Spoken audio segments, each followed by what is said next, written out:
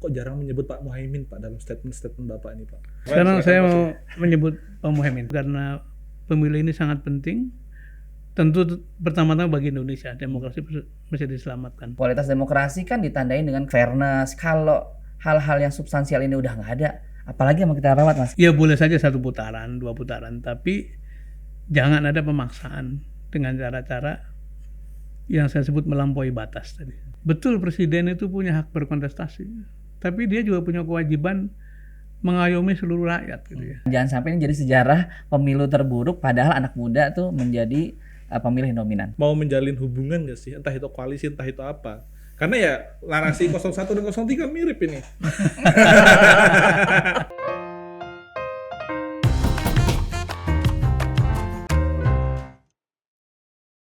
Halo semuanya, kembali lagi di podcast tirto.id for your pemilu yang muda, yang berpolitik. Saya Irfan Amin saat ini akan memandu Anda dalam diskusi bersama salah satu tim pemenangan nasional dari 01 yaitu Timnas Amin bersama eksekutif kapten. Kita harus susah nih, eksekutif kapten Timnas Amin, Bapak Sudirman Said. Mari kita beri tepuk tangan. Dan ada satu lagi, ini namanya sama saya ini. Ini karena namanya sama saya harus berkenalkan diri, Bapak Irfan Ahda dari Kopapten ini Deputi Pekerja Kreatif. Deputi Pekerja Kreatif. Ini nama-nama kita mirip. Merangkap Ketua Amin Muda. Amin Muda nama saya. Ini saya disclaimer, ini saya Irfan Amin, Muhammad Irfan Al Amin. Tapi nggak ada sama sekali Amin-Aminnya ini. Amin nama asli ya. Saya lebih dulu namanya Amin sebelum ada Timnas Amin. Oke, ini kita ingin berdiskusi santai ini karena udah 20 hari ya kalau nggak salah nih jelang pemilu 2024 yang bertepatan pada 14 Februari besok. Nanti bisa kita mulai dari Pak Sudirman Said ya. Kalau Mas Ivan mau membantu menjawab, kita persilakan. Pertama Pak Sudirman Said, kita ingin sudah banyak isu sudah sering berkeliling ke berbagai kanal YouTube, kanal podcast dan kanal TV mengenai isu-isu aktual. Saya ingin memulai dari pertanyaan Bapak ini dalam agenda terdekat ini selama jelang pemilu ini apa saja Pak agenda Bapak ini? Pertama terima kasih diundang oleh Tirto dan sudah lama pengen silaturahmi ke tim redaksi juga, alhamdulillah ini terlaksana. Yang kedua soal agenda ke depan ini mau tahu betulan gitu. Aduh, tahu aja Pak.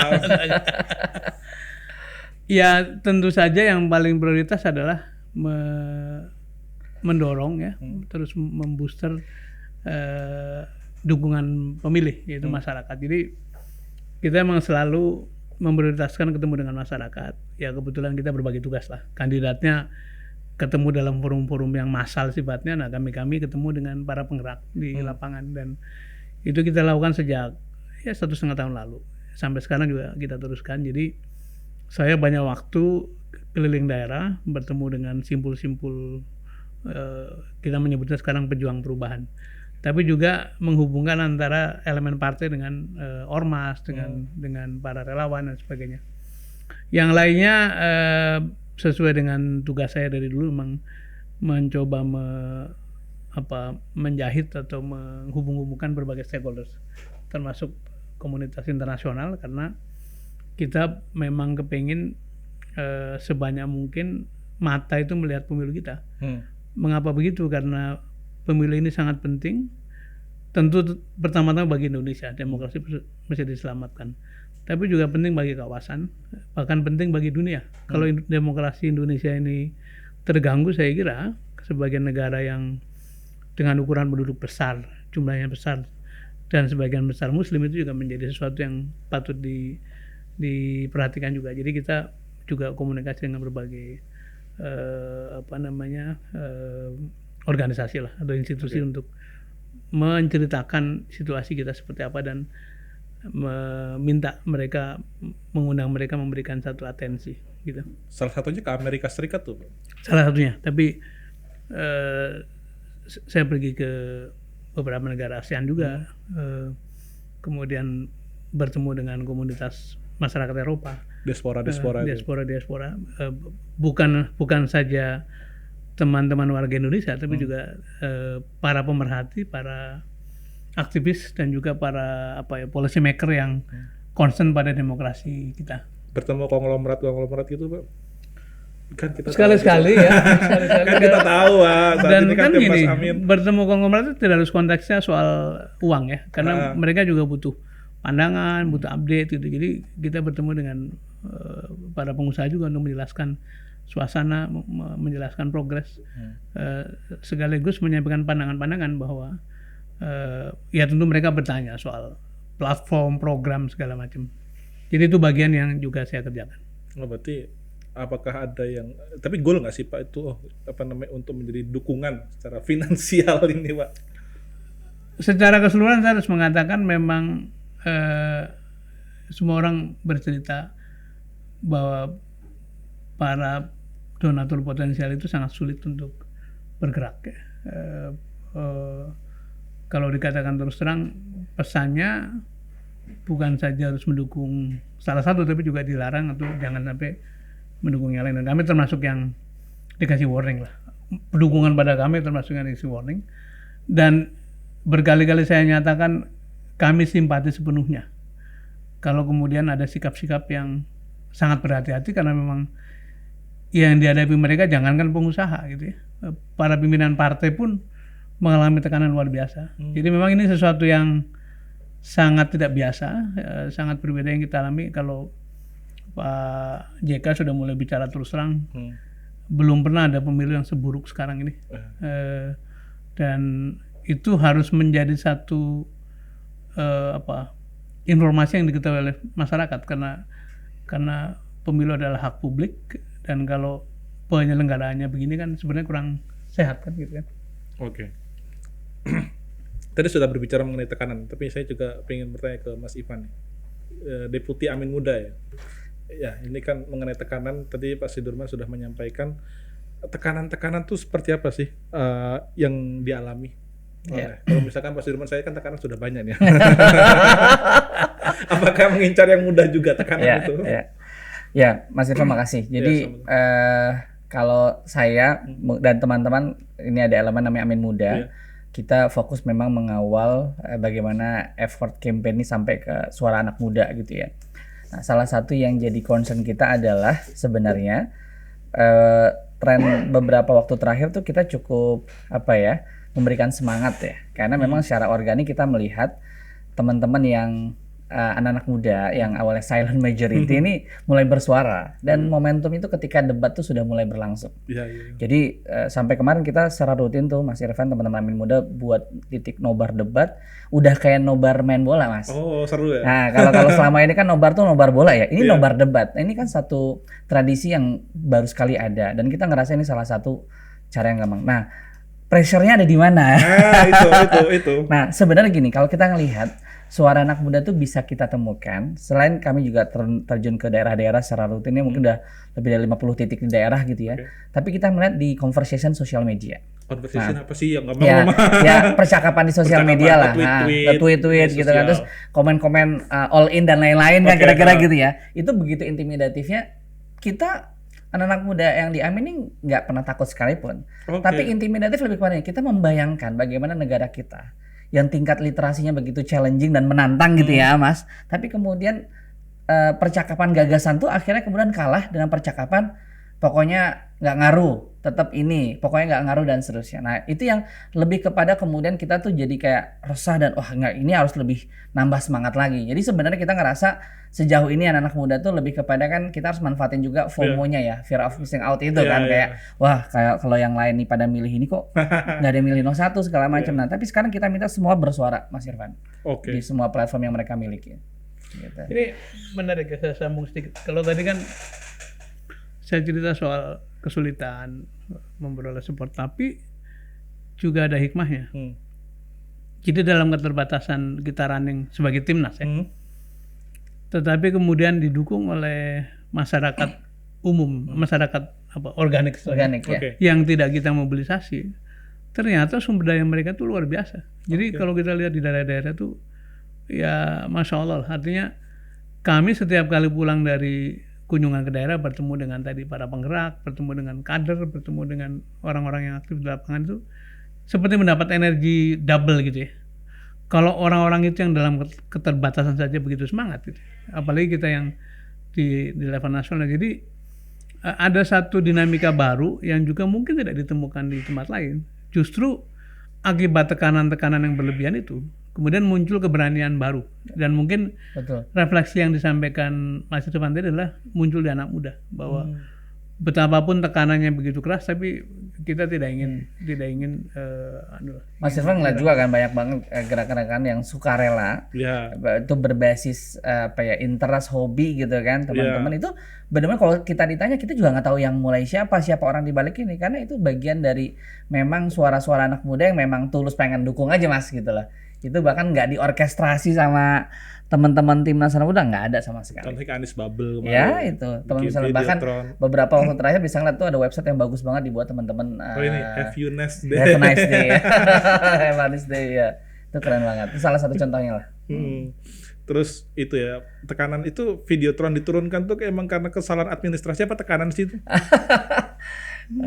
Ya kalau dari cerita teman-teman sebenarnya kan seandainya pun ada klausul nggak boleh buat politik kan sebenarnya itu sesuatu yang bisa di-clearkan dari awal kan.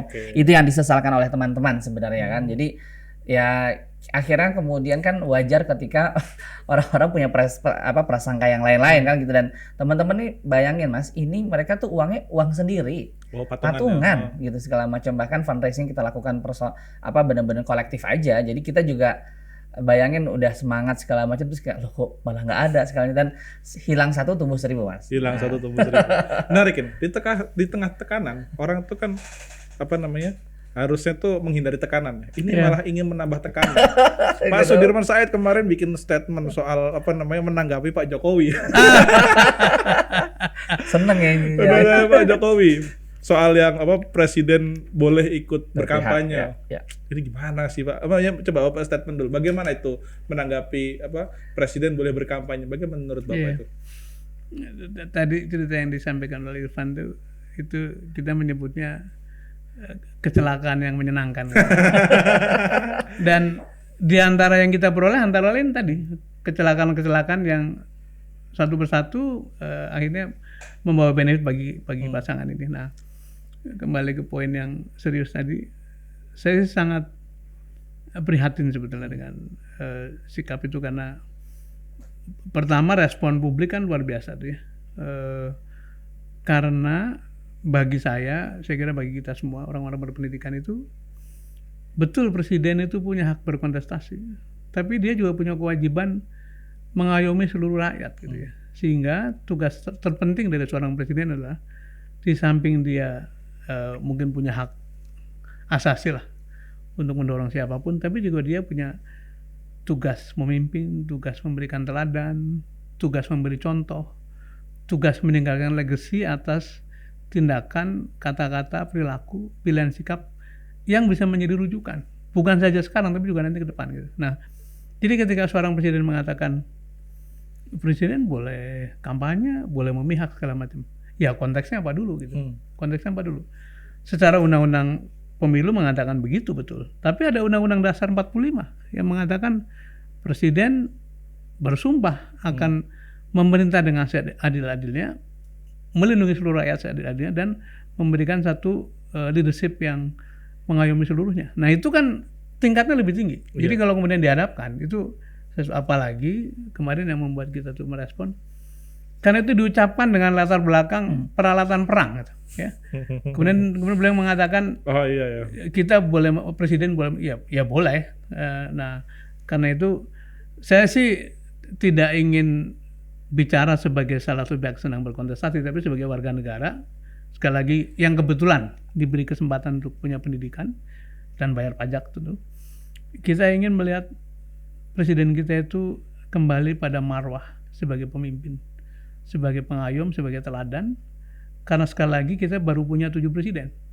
Semakin banyak presiden yang berhenti dengan tegak kepalanya, dengan marwah yang tinggi, itu kami makin punya contoh yang baik. Itu yang kita ingin sampaikan sebetulnya. Saya mau menanggapi Pak Sudirman Said itu, ada jadi kesamaan Pak Jokowi sama Mas Anies itu ada satu, suka simbol-simbol kayaknya. Mas Anies tuh kode Anies tuh kaosnya itu simbol semua isinya. Gitu ya. Oh iya. Tapi oke, kita keberanian itu di tengah keberanian itu apakah ada tekanan berikutnya atau sekarang ini menjelang pemilu tuh sudah tidak ada tekanan-tekanan lagi? Ya yang terjadi di Jogja umpamanya kan satu contoh ya, tiba-tiba digeser atau di Sumatera Barat dulu. Jadi tentu akan ada upaya-upaya seperti itu. Dulu waktu di Banten sampai secara kasar kan di tempat yang mau dipakai untuk silaturahmi dilempari ular berkarung-karung gitu ya. Di tempatnya Pak Wahidin.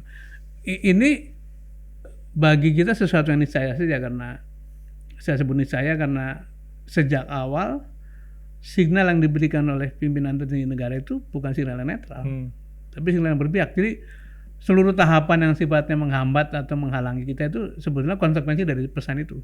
Mudah-mudahan tidak berlanjut, mudah-mudahan. Tapi ya kami menghadapinya dengan ya case by case lah, bagaimana menghadapi ini. Dan itu sebenarnya melatih keterampilan kita untuk bersiasat, beradaptasi. Jadi sesuatu yang kalau begini dihalangi bagaimana caranya, itu membuat mereka yang di lapangan makin punya skill tambahan untuk menghadapi berbagai masalah gitu. Gimana nih yang muda nih, gimana itu jadi skill tambahan atau enggak nih? Tapi sama ini bisa dijawab Pak Sudirman atau Pak Ivan. Tapi kenapa tidak melaporkan ke Bawaslu atau aparat penegak hukum? Kan ditekan kenapa harus playing victim dan ngomong di media massa? Ya, sebenarnya gini Mas, ini yang perlu difahami adalah karena sebenarnya kalau pakai perspektif yang bukan pendukung Amin, kita perlu tanyakan juga, teman-teman media perlu tanyakan juga sebenarnya, apakah kemudian proses pemilu saat ini buat mereka wajar?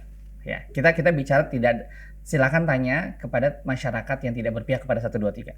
Kami sangat yakin bahwa ini saja sudah membuat keresahan buat mereka.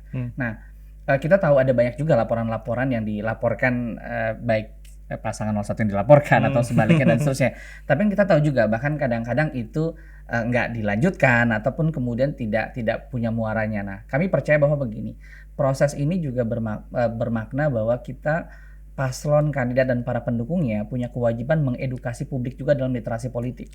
Nah, ini yang ingin kita dorong sebenarnya. Kenapa kemudian bahwa ini semua terang benderang kok, kita bisa cek semua proses perizinan, kemudian ada yang dilanggar atau enggak dan seterusnya. Artinya masyarakat dan publik perlu tahu. Nah, ini yang kemudian kan ditanyakan ketika misalnya kita melihat misalnya beberapa waktu yang terakhir gitu ada yang foto nih Mas beredar tuh kan, beras terus ada stiker paslon tertentu kan. Nah, terus kan kemudian misalnya akhirnya apa yang terjadi? Masyarakat kemudian jadi ngerasa kayak saya harus lapor kemana ya? Karena begitu masifnya, begitu banyak evidence-nya. Akhirnya kenapa yang terjadi? Kita ingin semua masyarakat tuh jadi eyes and ear-nya, mata dan telinga kita semuanya. Watchdog ya. Watchdog-nya. Dan ketika dalam konteks tadi ya keberpihakan pimpinan negara ya, Mas kita ini kan sekolah ya, gitu. Sama guru diajarin, kita integritas, ngikut aturan dan seterusnya. Kemudian para pejabat aja yang aktif itu bukan disuruh, guru besar, para intelektual bilang kemudian tolong mundur, konflik of interest. Lah ini kemudian baru-baru ini kan terjadi. Nah terus kita jadi masyarakat tuh jadi ini gimana sih gitu. Jadi itu hal-hal yang kemudian kita ngerasa bahwa PR besarnya nih Mas ya buat kami yang milenial, Gen Z dan teman-teman itu ada ngerasa kayak kita tentu berharap 01 menang, tapi di luar itu sebenarnya PR mencerdaskan masyarakat, mengedukasi untuk kemudian etika, integriti itu PR besar yang rasanya perjuangannya berat ya Pak. Pak Dirman ke depan itu sih. Tapi perlaporan pernah ada kan Pak? Oh iya, saya ingin merespon juga bahwa kan kita punya tim hukum nasional. Terus seluruh 38 provinsi ada THD-nya. Ada tim hukum daerah. Iya, tim hukum daerah. Ada ratusan pos-pos pengaduan. Jadi itu kita proses dan karena itu kita mendapatkan laporan tadi. Jadi proses legal tetap dilakukan, lapor ke Bawaslu, lapor ke aparat hukum kalau memang itu memang kaitannya sama penegakan hukum. Tapi tadi memang sejak awal kita ingin istilah Pak Anies itu kita harus meningkatkan level permainan, bahwa pemilu ini tidak sekedar kontestasi berebut suara tapi juga cara untuk melakukan edukasi publik. Nah, karena itu setiap kali ada persoalan begini kita angkat supaya orang belajar bahwa ini patut atau tidak patut gitu. Nah, saya sedikit meng-highlight tadi. ASN diminta netral, polisi diminta netral, kan gitu kan? pimpinan daerah diminta netral, BUMN diminta netral, semuanya diberikan instruksi untuk netral. Lah,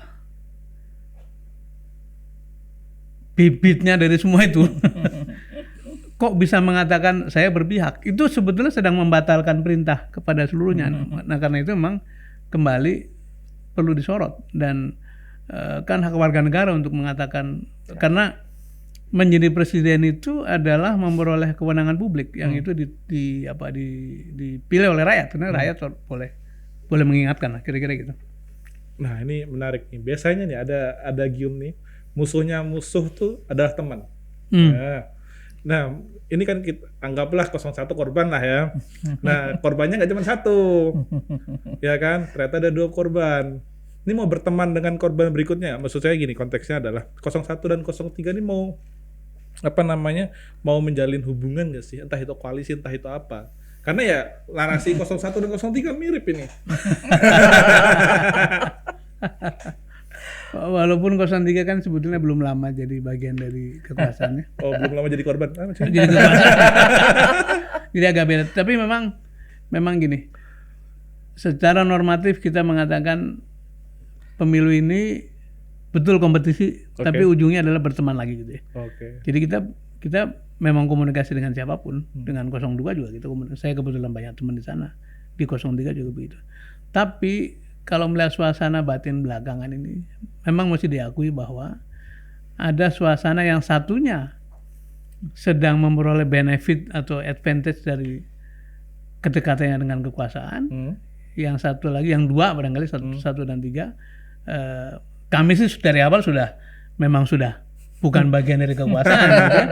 Jadi kita lebih rileks lah. Nah, jadi memang belakangan, tapi juga bukan karena itu, tapi lebih karena concern besar yang kaitannya dengan pelaksanaan demokrasi. Jadi kita sering komunikasi, termasuk dengan 03. Nah, apakah tekanan-tekanan yang kami alami secara bersama-sama atau dengan mirip-mirip itu membuat kita menjadi lebih dekat? Saya kira itu human nature saja. Itu urusan normal sebagai manusia. Ketika kita sharing merasa ada senasib gitu ya. Tapi benar bahwa kita punya semangat untuk sama-sama menjaga demokrasi ini. Itu yang saya bisa katakan pada publik gitu. Ini pertanyaan berikutnya lah. Komunikasinya cuma di level elit apa di level grassroots? Jangan-jangan nih yang di bawah-bawah nih nggak terima ini ya. Irfan bisa cerita dulu bagaimana hubungan sama kawan-kawan di berbagai. Boleh. Jadi pertama ini saya perlu bilang ya teman-teman di 01 misalnya, kan kita juga tahu bahwa sebenarnya anak-anak muda ini di level tertentu tuh punya organisasi mahasiswa dan seterusnya. Yang menarik ya Mas Irfan ya, ini di 01 juga nggak sangat tidak homogen. Maksud saya begini, saya bisa bilang misalnya ada satu organisasi kemahasiswaan yang terafiliasi pada paslon 03 misalnya gitu ya. GMNI gitu. Ya misalnya gitu lah ya. Sebutnya GMNI kan. Itu sebenarnya banyak banget yang ada di 01 teman-teman. Saya pengen bilang begini, saat ini karena kenapa narasinya benar-benar menembus pada kemudian keberpihakan pada apa yang dia yakini. Nah, kami komunikasi 02 dan 03 karena kan ini banyak teman-teman main Mas. Ini yang sekarang itu, ini salah satu yang menarik sebenarnya, salah satu selain bahwa pemilihnya 56% anak muda ya Mas Irfan ya. Tapi para pelakunya sekarang ya Pak Dirman itu banyak sekali memang udah level anak muda. Dan mereka ini temenan semua, sama-sama ketua BEM di kampus, terus ketemu kita beda tugas nih ya, kira-kira gitu kan. Jadi sesederhana kalau kita WA terus ngobrol-ngobrol segala macam. Nah, jadi kalau misalnya saya akhirnya saya melihat gini, sangat wajar ketika misalnya ada teman di paslon mungkin gelisah dan resah terus kayak, gue lagi mengalami ini dan seterusnya. Kita ngobrol Mas, kita saling bertukar pikiran dan info. Dan ketika pada satu titik tertentu, salah satu yang tadi di-highlight oleh Pak Dirman adalah kita ingin kemudian menjaga sama-sama, salah satu yang di-highlight adalah pemulihan kualitas demokrasi. Nah, kualitas demokrasi kan ditandai dengan kemudian apa ya, fairness gitu kemudian. Nah, kalau hal-hal yang substansial ini udah nggak ada, apalagi yang mau kita rawat Mas, kira-kira gitu ya. Nah, jadi komunikasinya itu tetap ada koridor value yang kita perjuangkan lah, kira-kira gitu. Jadi menjawab ini bukan cuma isu elit nih Pak. ya, kita punya 2 track istilahnya, track elektoral tadi sama track jaga demokrasi. Dan saya sebagai yang lebih tua ya. Jangan tua lah Pak, senior lah. Itu bersyukur karena teman-teman muda ini cukup cair mendialogkan itu semua. Saya pernah melihat mereka bikin kemah demokrasi namanya di suatu tempat. Itu isinya mantan-mantan ketua BEM dari berbagai angkatan dan bicara mengenai keadaan sekarang. Jadi kita berharap ini terus terjadi karena kan kira-kira elektoral ini kan 5 tahun sekali kan. Betul. Sesudah itu negara ini mau kemana? Itu yang harus menjadi concern lebih panjang mungkin gitu. Oke. Dan ini juga saya tuh bayangin lucu soalnya bagaimana organisasi-organisasi model-model seperti kami lalu bertemu dengan GMNI. Mungkin kalau secara pertemanan gampang akur, tapi secara organisasi agak sulit sih. Tapi semoga terbaik. Lalu berikutnya adalah Pak Sudirman Said. Bapak yakin nggak Pak ini pemilu 1 putaran nih? Saya nggak bisa memprediksi ya. Tapi semua orang bicara kekhawatiran. Ya boleh saja 1 putaran, 2 putaran, tapi jangan ada pemaksaan dengan cara-cara yang saya sebut melampaui batas tadi. Menggunakan power yang berlebihan, menggunakan kita memberi warning bahwa bansos itu kalau digunakan oleh paslon tertentu itu bisa jadi definisi korupsi karena korupsi adalah menggunakan kewenangan publik untuk kepentingan kelompok tertentu gitu ya.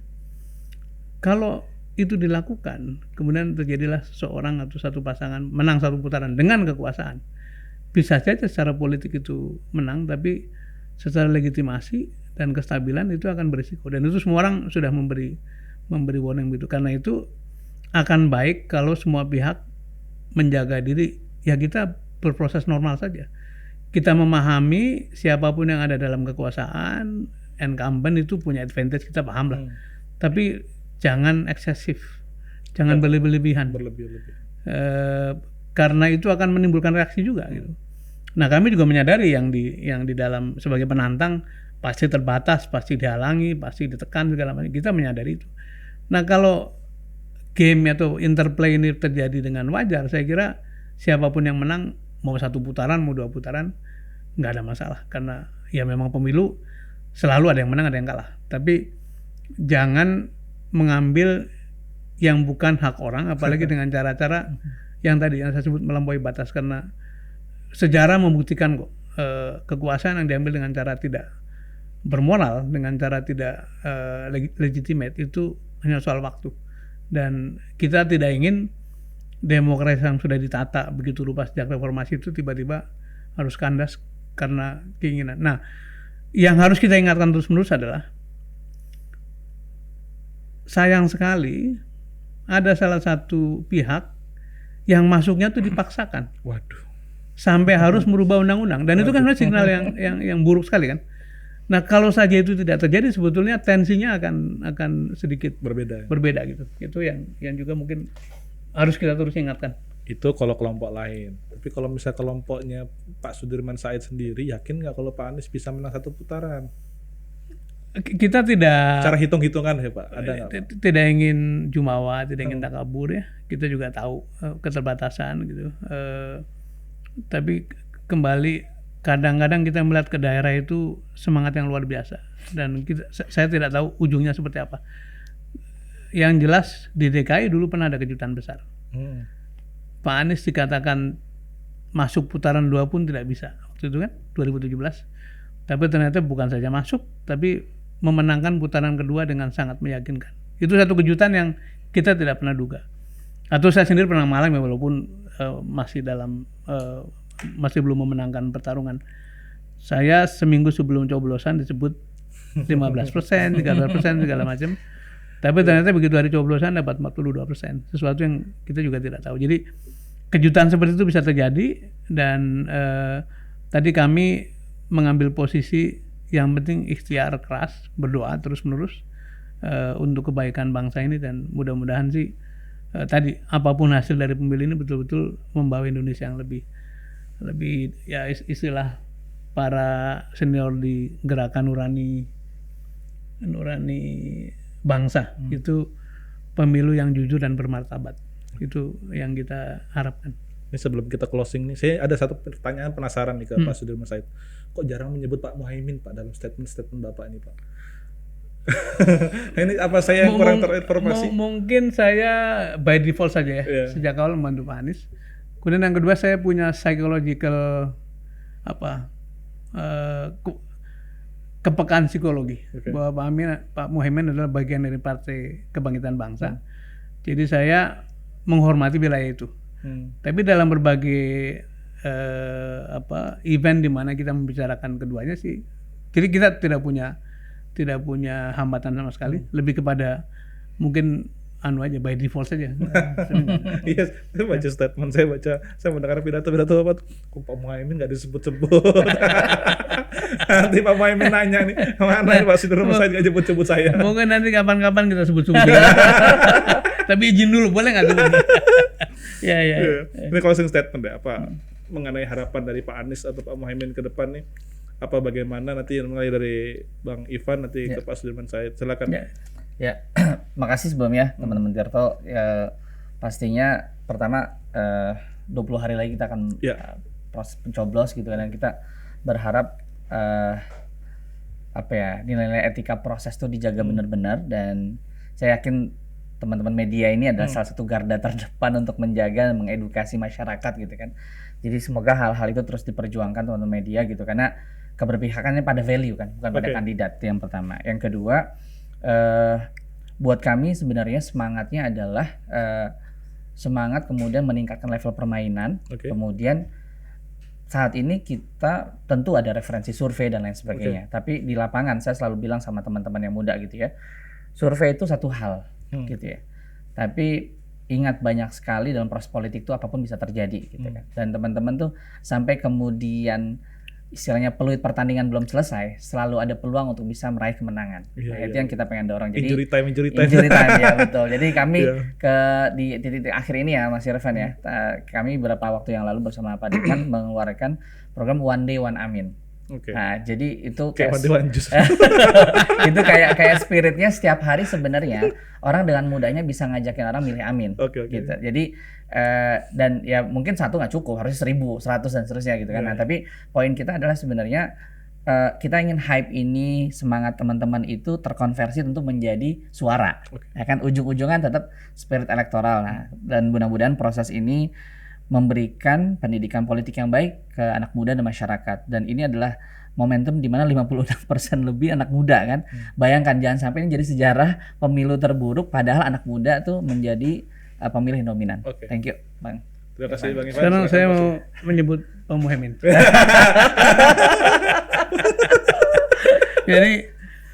Jadi saya kebetulan secara usia mungkin sedikit lebih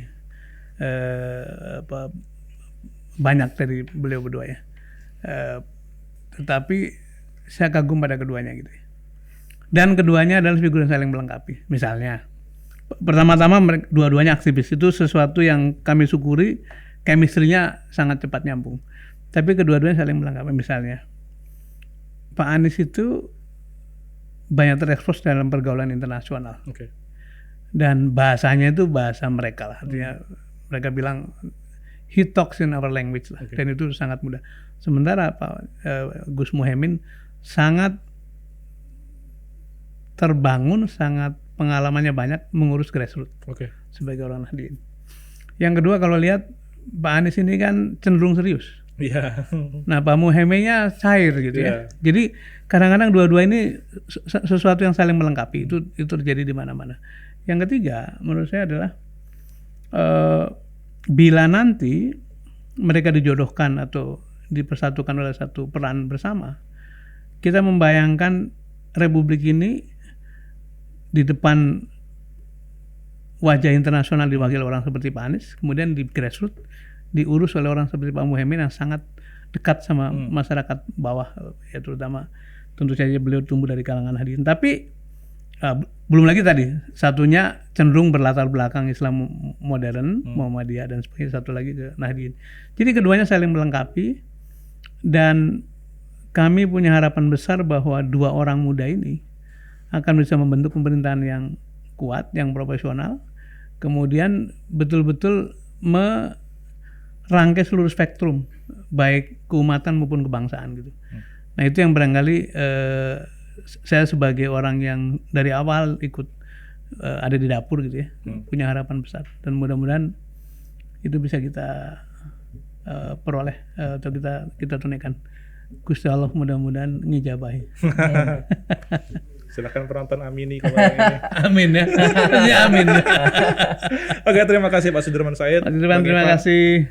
Dan terakhir ini ada penutup lagi harapan mengenai pemilu kita bisa berjalan secara jujur dan adil. Singkat dari Pak Sudirman Said, singkat. Saya hanya punya satu prasangka baik pada akhirnya, mau mulai presiden, kepolisian, aparat apapun itu punya hati nurani. Dan satu ketika keadaan memanggil, beliau akan kembali pada nurani. Itu aja. Silakan Bang Ivan. Ya, buat teman-teman muda, ini saatnya, nggak bisa nunggu nanti. Jadi manfaatkan suara dengan sebaik-baiknya dan jangan lupa pilih Amin. Ini lebih terus terang ya. Masa kampanye bebas, tidak kena sempit dari mana-mana. Oke, terima kasih Pak Sudirman Said, Bang Ivan atas waktunya. Terima kasih banyak. Thank you. Terima kasih. Sampai berjumpa di podcast Tirto.id berikutnya. Jangan lupa subscribe agar kita bisa menghadirkan bintang tamu sebaik beliau berdua. Terima kasih. Sampai jumpa.